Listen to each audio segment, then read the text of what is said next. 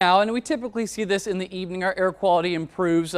As we mentioned a few moments ago, that ground level ozone that is created when you get the sun's rays interacting with that pollution. So if you fuel your vehicle up during the middle of the day in the afternoon, that can create more of that ground level ozone. So if you can do that in the morning or in the evening, same thing with yard work. If you have a gas powered mower, if you can postpone that and not do that on one of our air quality alert days, that's something you can do. And tomorrow will not be an air quality alert day. Some good news there. Right now, though, most areas are currently in the green or yellow, so good to moderate air quality. And again, I think this will continue to improve over the next few hours.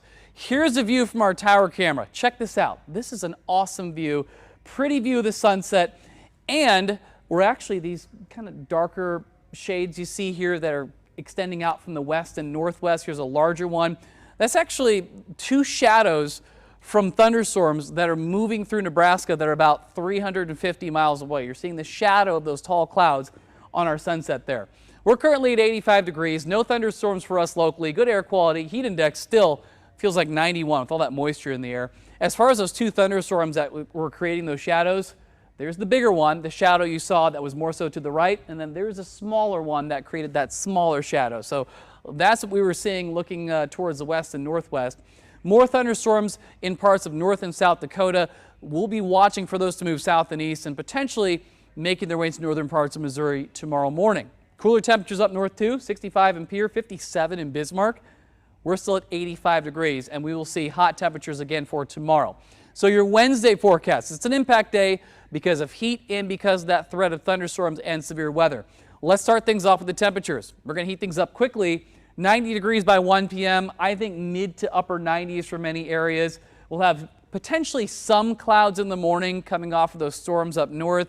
More sunshine mid to late morning into the afternoon. Then you'll notice that heat index really starts to bump up into those mid 100s, and then storm chances start to creep up as we head into the evening. So with that in mind, most of the area, including all the metro and areas southward, heat advisory from noon until 7 p.m.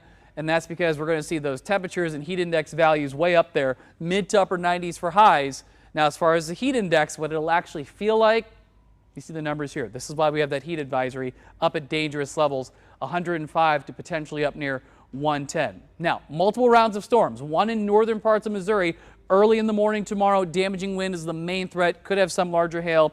Then for the afternoon to the evening, 5 to 10 p.m., large or damaging wind, could see some large hail as well, and there's a low tornado threat, something we'll certainly be monitoring for you. So in the morning, storms most likely up into Iowa, some that could make its way down to northern parts of Missouri. Midday, we're dry, heating up quickly, and then there you go, 5 p.m. And these are the storms that could turn severe. Large hail, damaging wind, tornado possibility. Those storms settle southward the later in the evening that we go. Temperatures will be a little cooler behind those storms. Not sweater weather, but still. 91 is better than 96, right? 91, your high on Thursday. Chance of storms popping up later in the day. Then again, late Friday, high of 89 degrees. 88 on Saturday. Sunday, a chance of storms coming in later in the day. Then next week, we heat right back up with highs in the mid-90s by next Thursday.